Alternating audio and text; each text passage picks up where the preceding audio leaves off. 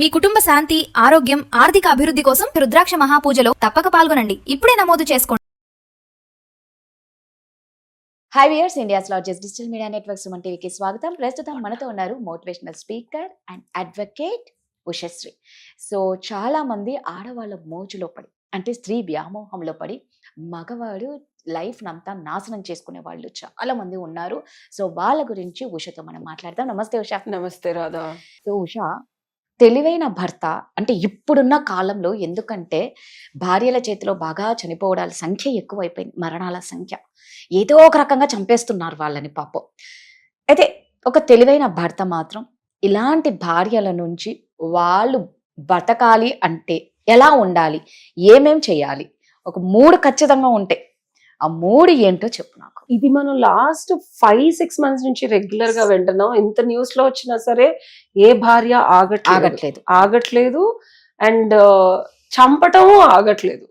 And మగాళ్ళు comedy చేసుకుంటున్నారు కానీ తస్మాత్ జాగ్రత్త. ఎందుకంటే గర్ల్ ఫ్రెండ్ స్టేజ్ లో ఉండి లివింగ్ టుగెదర్ ఉండే వాళ్ళు కూడా కొన్ని కేసెస్ చూసాం ఢిల్లీలో. నేను చెప్పొచ్చేది ఏంటంటే, ట్రెండ్ మారింది. ఆడవాళ్ళు ఇంట్లోనే ఉండాలి, పద్ధతిగా ఉండాలి, నాతోనే ఉండాలి, నాతోనే ఫిజికల్ గా ఉండాలి, నేనే ఎమోషనల్ గా ఉండాలి, నేనే అన్ని ఇవ్వాలి, నేనే డబ్బులు అంటే ఆడదాని కోరికకి పగ్గాలి. సో బేసికల్ గా అది అర్థం చేసుకోవాలి. సొసైటీ మారింది.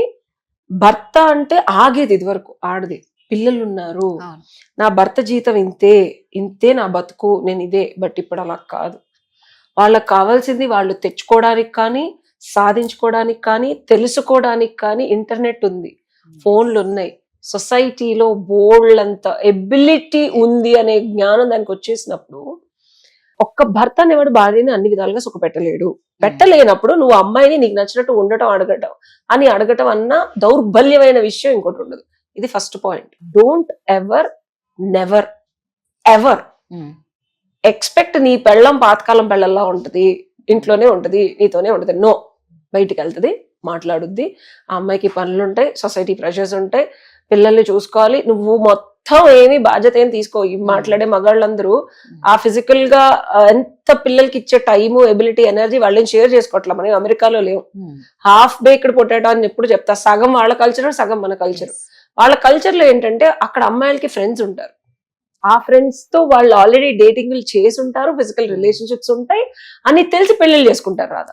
సో ఇక్కడ ఎక్స్పెక్టేషన్ అనేది ఆడదెవరితో మాట్లాడకుండా ఉండాలి, నాతోనే ఉండాలని ఉండదు. ఇది ఒక చొప్పురాత ఎక్స్పెక్టేషన్. సో ఫస్ట్ వాళ్ళకి ఆల్రెడీ ఫ్రెండ్స్ ఉంటారు కాబట్టి, వాళ్ళు ఆల్రెడీ ఫిజికల్ గా ఉండుంటారు కాబట్టి వీళ్ళకి అన్ని తెలిసి చేసుకుంటారు, వీళ్ళకే ఉంటారు. ద మొమెంట్ వీళ్ళిద్దరు కలిసి వచ్చినప్పుడు మన ఇద్దరం కలిసి ఉందని డిసైడ్ అవుతారు. అరే జరిగిపోయింది వద్దని అది డిసైడ్ అవుతుంది, ఇది వద్దని ఇతను డిసైడ్ అవుతాడు. ఇక్కడ అలా లేదు. ఇక్కడ ఆ ఫ్రెండ్స్ అంటే కొంతవరకు వీళ్ళు యాక్సెప్ట్ చేసి, వీళ్ళు ఆడవాళ్ళు ఆల్రెడీ ఫిజికల్ రిలేషన్షిప్ వాళ్ళని ఫ్రెండ్స్ అని పరిచయం చేసి, లేకపోతే వీళ్ళు ఆల్రెడీ ఫిజికల్ రిలేషన్షిప్ లో ఉన్న వాళ్ళని ఫ్రెండ్స్ అని పరిచయం చేసి, ఈ మొగుడు పెళ్ళాలు ఇద్దరు ఆ మొగుడు పెళ్ళాలతో కలిసి ఇది ఒక రోత రంబోలా అవుతుంది. వీళ్ళందరూ ఇళ్ళకి రావడం, ఆ మా ఆయనకి తెలుసు నేను నీతో బయటకు వెళ్ళానని, ఆ మావిడికి తెలుసు నేను నీతో బయటకు వెళ్ళాను, నాకేం ప్రాబ్లం లేదని ఒక ముసుగులో బతుకుతున్నారు. First avoid that. మీకేమన్నా ఉంటే పర్సనల్ గా బయట చూసుకోండి. భార్యాభర్తల సంబంధం నిలవాలి అంటే పెళ్ళాంతో సుఖంగా సంతోషంగా తల్లిదండ్రులు పిలవండి, చుట్టాలని పిలవండి, ఒక సొసైటికల్ నామ్. సరదాగా ఇంట్లో కూర్చోండి. మీరు ఏదైనా ఉంటే బయట కలవండి. మీరు బయట కలిసి బయట చేసుకోండి. వీళ్ళని పరిచయం చేసినప్పుడే అనుమానాలు మొదలవుతాయి. ఇది ఫస్ట్ దోహదం. అంటే ఒక దారుణానికి ఇది ఒక దోహదం. ఓకే, ఇద్దరు ఆపుకోలేనప్పుడు మీ ప్రైవేట్ పర్సనల్ స్పేసెస్ ని దూరంగా పెట్టండి, కలుపుకండి. ఎప్పుడైతే కలుపుతారో ఈ అమ్మాయి సెన్స్ అయిపోద్ది, నా మొగుడు ఇంకెవరితో తిరుగుతున్నాడని. ఈ అబ్బాయికి సెన్స్ అయిపోద్ది, ఈ అమ్మాయి ఇంకెవరితో తిరుగుతున్నాడని. పార్టీలు అన్నప్పుడు నైట్లో ఉండటం జరుగుతుంది. సో రకరకాల దౌర్బల్యాలు జరుగుతాయి. ఇది అవాయిడ్ చేయండి అసలు. ముందు ఫస్ట్ కంప్లీట్లీ అవాయిడ్. అమ్మాయికి ఫ్రెండ్స్ ఉన్నారు అంటే అమ్మాయి ఆల్రెడీ పడుకుందా, బాయ్ ఫ్రెండా, ఈ అనుమానాలు మొదలవుతాయి. ఇతనున్నా సో ఉంటది, పడుకొని ఉంటదేమో, ఉండొచ్చు, ఇప్పుడు అలా ఉన్నాం, లాస్ట్ 20 ఏళ్ళ నుంచి మనం కాలేజీల్లో చదివాం, జాబులు చేస్తున్నాం, బోల్డెన్ అఫైర్స్ ఉంటాయి, నాతోనే ఉండాలి, నాతో నెవర్ ఎక్స్పెక్టెడ్. సెకండ్ థింగ్, ఏది జరిగినా సరే వాళ్ళ ఫోనుల్లో కానీ ల్యాప్టాప్ల్లో కానీ సాఫ్ట్వేర్ లేసి వాళ్ళు ఏం చేస్తున్నారో చూస్తే, I personally had a recent heartbreak. తెలుసా, I couldn't believe. I was looking somebody, just like friends అనుకున్నాము, బట్ ఒక కొంచెం ఇష్టం ఉంది. నా ల్యాప్టాప్ ఇచ్చాను, తన వాట్సాప్ ఉండిపోయింది. ఓకే. Can you believe? అతను వేరే వాళ్ళ ఎక్స్ గర్ల్ ఫ్రెండ్ తో మాట్లాడుతున్నాడు. ఓ మై గాడ్, నీతో ఉన్న మెమరీస్ నేను మర్చిపోలేకపోతున్నాను. మరి నాతో ఏం చేస్తున్నావురా అని అడగాలనిపించింది. అడగలేదు. ఎలా అడుగుతావు రాదా? And we're not in a relationship, we're just friends. But నాతో ఉండేదంతా లైక్ ఒక కమిటెడ్ రిలేషన్షిప్ లాగా ఉందామని మాట్లాడుతున్నాడు. సో నేను పర్సనల్ గా ఎంత 3 days ఏడ్చాను తెలుసా. ఒకేసారి 10 మంది అమ్మాయిలతో రకరకాల డేటింగ్ యాప్ల్లో మాట్లాడతా, నేను నిన్ను మర్చిపోలేకపోతున్నాను, నీ కోసం వెళ్ళి ఫ్లవర్ షాప్ కి వెళ్ళి June 2 ఫ్లవర్స్ కొన్నాను, నీకు ఇవ్వాలనుకున్నా. అసలు ఇదంతా చూసి అసలు నాతో ఏం చేస్తున్నావు నువ్వు ఇంత అంటే ఒక మనిషి లోపల ఉండేది ఇంకా ఆ బ్రుటాలిటీ మనం తట్టుకోలేము. ఎందుకంటే మనిషి బయటకు ఒకలాగా ఉంటాడు. నేను అడిగితే నువ్వెవరు నన్ను అడగడానికి, నా పర్సనల్ లైఫ్, నేను నీకు ఎప్పుడైనా రిలేషన్షిప్ లో ఉన్నాను చెప్పానా, నేను లవ్ చేస్తున్నాను చెప్పాను, నేను నీతో నన్ను పెళ్లి చేసుకుంటాను చెప్పాను, విచ్ ఇస్ ట్రూ. చెప్పకపోయినా ఇమాజిన్ నాకు అంత బాధేస్తుంది. భార్య భర్తలు అయితే చచ్చిపోవాలనిపిస్తుంది, ఫస్ట్ థింగ్ చంపేయాలనిపిస్తుంది. నాకే అనిపిస్తుంది.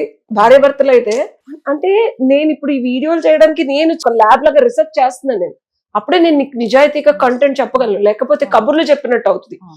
3 days లిటరల్ గా ఏడ్చాను రాదా. Can you believe that? ఈ అబ్బాయి అమ్మాయితో అలా మాట్లాడతా, 10 మంది అమ్మాయిలతో సెల్ఫీలు పెడతా, నేను ఇక్కడికి వెళ్ళాను, మినిస్టర్లతో కలిసిన ఫోటోలు పెడతా, సాయంత్రం నాతో ఎలా మాట్లాడుతున్నాడు, ఎంత నీచంగా అనిపించింది అంటే నాకు. సో అప్పుడు అనిపించింది వీళ్ళు చంపేస్తున్నారు, లేకపోతే అబ్బాయిలు తట్టుకోలేకపోతున్నారు అమ్మాయిలు ఇలా చేస్తే. అంటే అమ్మాయిగా నాకే ఉంటే మగాడికి ఆడదనేది సొత్తు, ఇట్స్ ప్రాపర్టీ. ఖచ్చితంగా ఇట్స్ లిటరలీ అ ప్రాపర్టీ. మన ప్రాపర్టీ మనం చూసుకునేది, మన ఇంట్లో ఉండి మన డబ్బులు పెట్టి మనం సాకేది. మన కుక్కెళ్ళి మనకి కదా లాయల్గా ఉండాలి. అంతే కదా. మన కుక్క పిల్ల it has to be loyal to me, because నేను పెంచుతున్నాను దాన్ని. అది బయటకెళ్ళి ఇంకోళ్ళకి లాయల్టీ చూపిస్తే ఎలా ఉంటది అనేది క్వశ్చన్ చేస్తాడు మగాడు. క్వశ్చన్ చేయకండి. అయినా చాలా కష్టం, నాకే చాలా బాధేస్తుంది. క్వశ్చన్ చేయలేదు నేను. యాక్చువల్ గా చెప్పాలంటే నేను క్వశ్చన్ చేయలే. It's not easy. గాంధీ గారు ఆయన చేసిందే చెప్పమన్నారు కదా, చెప్తున్నా. తనకు అర్థమైంది నేను మెసేజ్లు చూస్తున్నానని. తనంతటి తానే చెప్పాడు, నేను డేటింగ్ యాప్ల్లో ఉన్నాను, అమ్మాయిలతో మాట్లాడుతున్నా, నువ్వే కదా ఎత్తుక్కోమన్నావు, ఓకే మాట్లాడుకో అన్నా. నేను quite daunting when I said that to him. I was like blank face when he was సరదాగా మాట్లాడుతున్నాను అని. ఎంత ఎంత ఇలా చెప్పాడు కదా. చాలా లైట్. It's not easy. కానీ కష్టమైనా చెయ్యండి, అడగటం మానేయండి, బాధపడితే కూర్చొని ఏడవండి. బట్ ఇది రిలేషన్షిప్ లో ఉన్న వాళ్ళకి చెప్తున్నాను నేను. ఎందుకంటే భార్యాభర్తలు ఉన్నప్పుడు వెనక్కి పీక్కోలు. నేను ఇతను అనుకో వదిలేసా, నీ లైఫ్ నీది, నా లైఫ్ నాది, బాబు వెళ్ళాం, యువర్ ఫ్రెండ్. మేబీ నేను ఎక్కువ వెళ్ళానేమో. నేను ఒక రిలేషన్షిప్ లేకుండా నేను అంత క్లోజ్ గా మాట్లాడినా నేను తగ్గించుకుంటా. I refrained myself, I told you will be my well wisher, I'll be your well wisher. సరేనమ్మా, నాకు నీ మీద ఇంట్రెస్ట్ లేదు, your nice person, well wisher ఉంటా. నేను ఎప్పుడు చెప్పలేదు కదా, ఈజ్ అ వ్యాలిడ్ పాయింట్. తను ఎప్పుడు చెప్పలేదు, నేను ఎప్పుడు చెప్పలేదు. కానీ ఇక్కడ పెళ్ళి కదా, క్వశ్చన్స్ చేయకండి. థర్డ్ థింగ్, చాలా కష్టమైంది, క్వశ్చన్స్ చేసి రప్చర్ అయినప్పుడు డెఫినెట్ గా ఆగలేం.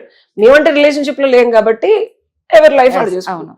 బట్ రోజు కలిసి ఉన్నప్పుడు, రోజు పడుకుంటున్నప్పుడు, రోజు పక్కనే నువ్వు టెక్స్ట్లు చేస్తున్నప్పుడు, రోజు every day your sleeping with. తినంటే ఏదో సాయంత్రం కలుస్తా, గంట మాట్లాడితే వెళ్ళిపోతుంది. When you're being with a person at night, it's where it haunts.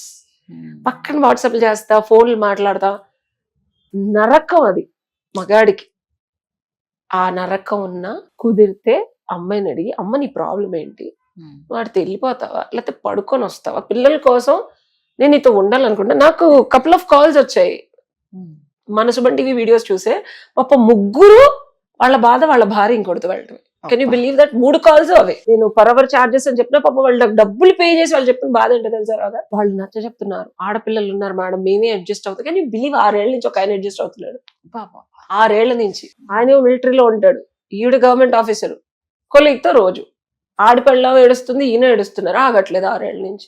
2 ఆడపిల్లలు ఉన్నారు మేడం, ఇంక నా వల్ల కావట్లేదు, అసలు నాకు ఊర్లో పరుగు పోతుంది, ఎందుకంటే నేనేమో మిలిటరీలో ఉంటా, ఈడేం చేయలేడు కాబట్టి మగ అమ్మాయి వెళ్తుందని అంటున్నారు, నేను ఎంతవరకు భరించి వదిలేయాలా, ఉండాలా? నేనన్నా యాండి ఆడళ్ళు ఇప్పుడు చంపేస్తున్నారు. ఫస్ట్ థింగ్, మీరు ఎక్కువ క్వశ్చన్ చేసి నేను పోలీసులు మేడం మీరు సపోర్ట్ చేయండి, పోలీసులతో మాట్లాడి నేను అమ్మాయిని బెదిరిస్తాను, వాడిని బెదిరిస్తాను, ఇంక జీవితంలో వాడిని చూడొద్దు అని చెప్పి ఆల్రెడీ ఇతను ఇంట్లో వాళ్ళకి చెప్పి ఒక కానిస్టేబుల్ తో బెదిరిస్తే ఇద్దరం కలవనని చెప్పి ఆఖరికి ఇద్దరు ట్రాన్స్ఫర్ ఒక దగ్గర ఎంచుకున్నారంట తెలుసా. ఆ రోజు నైట్ వెళ్ళి ఈడు కంటిన్యూస్ గా మాట్లాడుతున్నా మళ్ళీ ఆ అబ్బాయితో ఆ అమ్మాయి చేసి వచ్చింది. కానీ బిలీవ్ వీళ్ళు ఆగుతారని 6 ఏళ్ల నుంచి ఆగట్లేదు. అసలు వాళ్ళు ఆగుతారని టు అనుకో. కంక్లూడ్ ఏంటంటే Radha, third remedy that I can tell you, నరకం అనుభవించగలిగిన రోజులు అనుభవించండి. రైట్. ఇర్రెస్పెక్ట్ ఆఫ్ వాట్, ఒక ఆడది ఇంకొకరికి మగాడికి రుచి చూసి అలవాటు పడిందంటే ఆ రుచిని మరిపించే రుచి నీ దగ్గర ఉంటే రుచి ఇవ్వడానికి ట్రై చేయి. ఈజీ కాదు. ఒకసారి కొత్త రుచికి అలవాటు పడింది ఆడది, నువ్వు మళ్ళీ ఇచ్చే పాత రుచి నచ్చదు. ఇవ్వగలిగినప్పుడు ఇవ్వలేని స్తోమతని కలిగించుకోవడానికి ట్రై చేయి. కలిగించుకొని మళ్ళీ అమ్మాయిని కొత్తగా you have to bring her back to life in to your relationship. ఇది నువ్వు తెచ్చుకోలేని పక్షంలో, నువ్వు టార్చర్ అనుభవించలేని పక్షంలో, నువ్వు అమ్మాయిని నొక్కే ప్రతి సన్నాయి నొక్కుడు నీకే తిరిగి కొడుతుంది.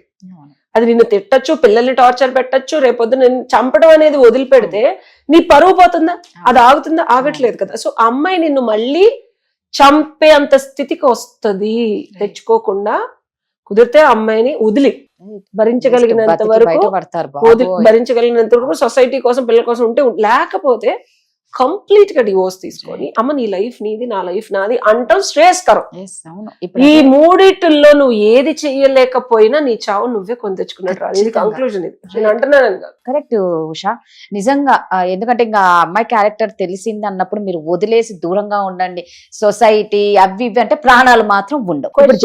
గొడవలు పెట్టుకోవడం వల్ల ఆడది మారదు. మొన్న అందుకే కదా క్వశ్చన్ చేసినందుకే భార్య పొద్దునేసరికి భర్తను చంపేసింది. నిన్న నువ్వు ఎందుకు చార్జ్ చేస్తున్నావు, ఎందుకు లేట్ నైట్ మాట్లాడుతున్నావు అన్నా కూడా భర్తలు, కొంతమంది భార్యలు భర్తల్ని చంపేస్తున్నారు. బెటర్ ఆమె మీకు సెట్ అవ్వలేదా, మీరు వదిలి పడేస్తే మీరు ప్రాణాలతో బయటపడతారు. అందరినీ అనట్లేదు, చేసిన వాళ్ళను నెక్స్ట్ చెయ్యాలి అన్న ఆలోచన ఉన్న వాళ్ళకు మాత్రమే చెప్తున్నాను. Thank you.